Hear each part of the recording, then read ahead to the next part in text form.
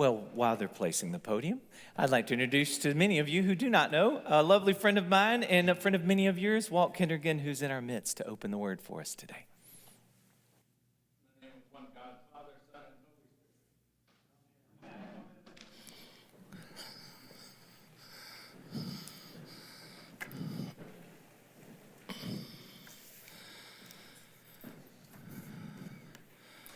I typically don't give titles to my sermons, but Rob asked me earlier in the week if I had a title, and so I thought about it, and I decided the title of this sermon would be, All You Need Is Love.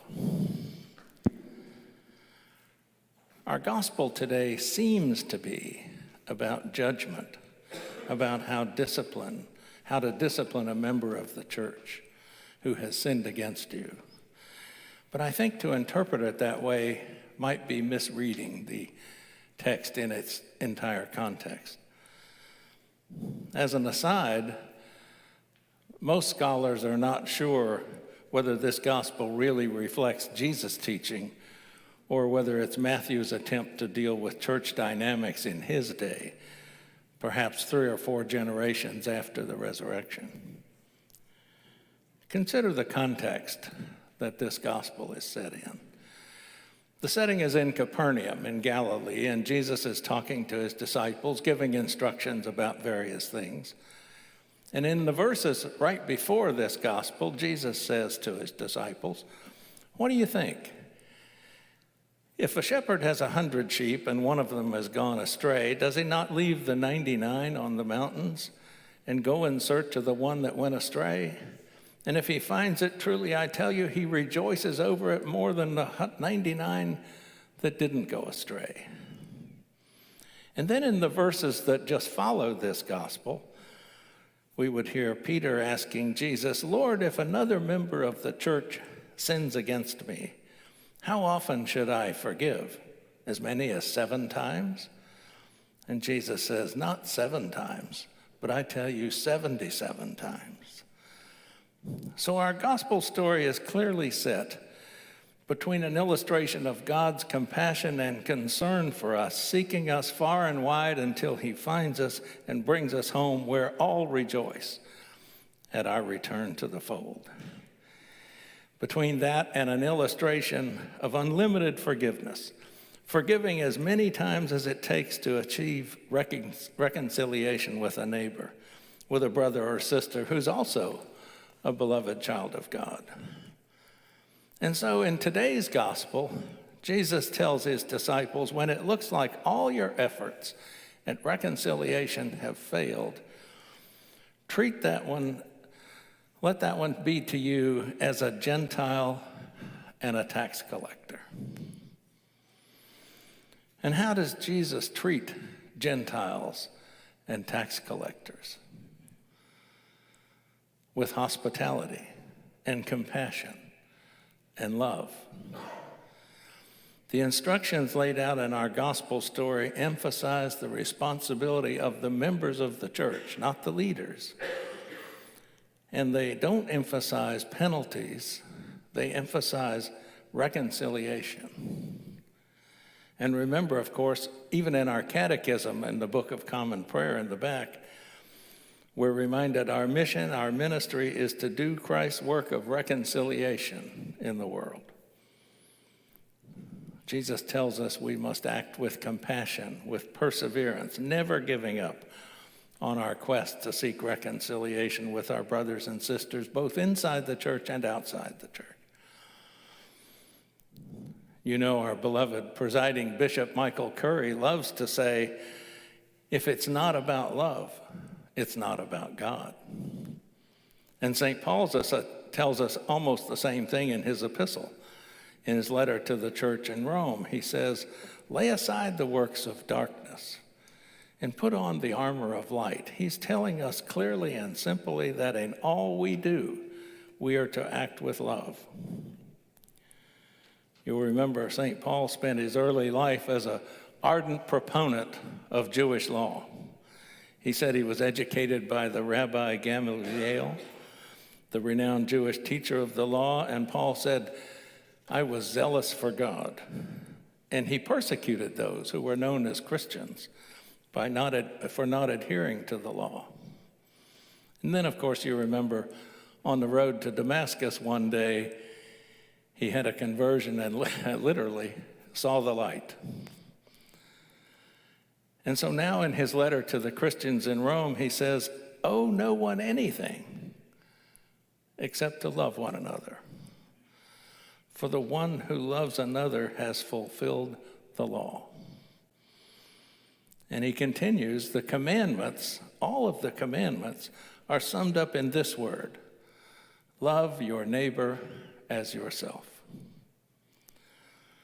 Paul reminds us that instead of worrying about how well I'm keeping this commandment, or whether I'm worried about whether you're keeping this commandment or that commandment, the Christian practice that matters most is love of God and love of neighbor. A little further along in Matthew's gospel from our reading today, Jesus says, you shall love the Lord your God with all your heart and with all your soul and with all your mind. And he says, this is the first commandment.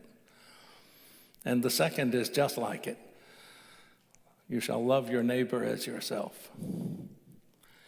He's quoting from the books of Leviticus and Deuteronomy, very early in the Torah. And all three synoptic gospels, Matthew, Mark, and Luke, mention this quote from Jesus.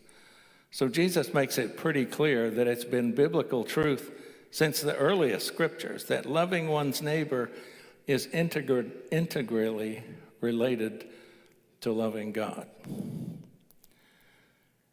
Howard Thurman wrote a book many years ago called Jesus and the Disinherited, and he said, man's relation to man and man's relation to God are the same relation.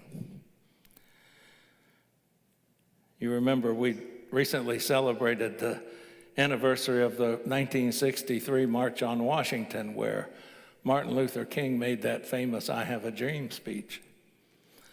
Before Martin spoke at that rally, Rabbi Joachim Prinz spoke. And he said, in the realm of the Spirit, our fathers taught us thousands of years ago that when God created man, he created him as everybody's neighbor. Neighbor, he said, is not a geographic term. It's a moral concept. It means our collective responsibility for the preservation of man's dignity and integrity. Loving your neighbor is the same thing as loving God. So what does love of neighbor really look like? Love of neighbor has very little to do with emotion. It's more about behavior than about feelings. Love does what's good for the neighbor. Love seeks justice for all and freedom for all from want. Love seeks to build a beloved community, a community of people working together to do God's will. And it seems to me that you all are doing a lot of that right here at Holy Cross. You're building beloved communities through the operation of your food pantry every week. You're building beloved community through your support of the middle schools, through your peanut butter and blanket and sock drives, through your car wash. A couple of our acolytes are soaking wet from the waist down. And through your angel tree giving at Christmas, and your support for Episcopal Relief and Development and United Ministries, and on and on and on. You all are helping each other, and importantly, helping your neighbors. The Reverend Clarence Skinner, who was a social ethicist and theologian in the early 20th century, interpreted beloved community as nothing less than the purpose of the church. He said the church, it's not an organization of individuals, it's a new adventure of consecrated men and women seeking a new world who forget themselves in their passion to find a common life where, listen to this, the good of all is the quest of each. The good of all is the quest of each. Let me leave you with one final thought. Jesus' last words in our gospel reading today are these: "For where 2 or 3 are gathered in my name, I am there among them." Jesus is here among us. Reminds me of something Thomas Merton, the noted monk, priest, and author, wrote in one of his books. He said he was standing on a street corner in Louisville, Kentucky, one day, years ago, when he had the sudden realization of the reality of all the people around him, that God, that Christ, was fully present in each one of them. And he wrote this: "Then it was as if I suddenly saw the secret beauty of their hearts, the depths of their hearts where neither sin nor desire nor self-knowledge can reach, the core of their reality, the person that each one is in God's eyes. If only they could see themselves for what they really are. If only we could see each other that way all the time," he wrote. "There would be no more war, no more hatred, no more cruelty, no more greed. I suppose the biggest problem would be that we would be falling down in front of each other to worship each other."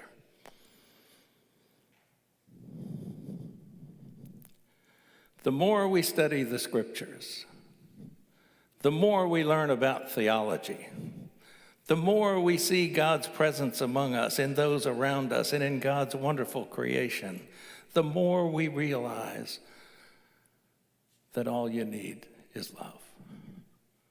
Amen. Come, Lord Jesus.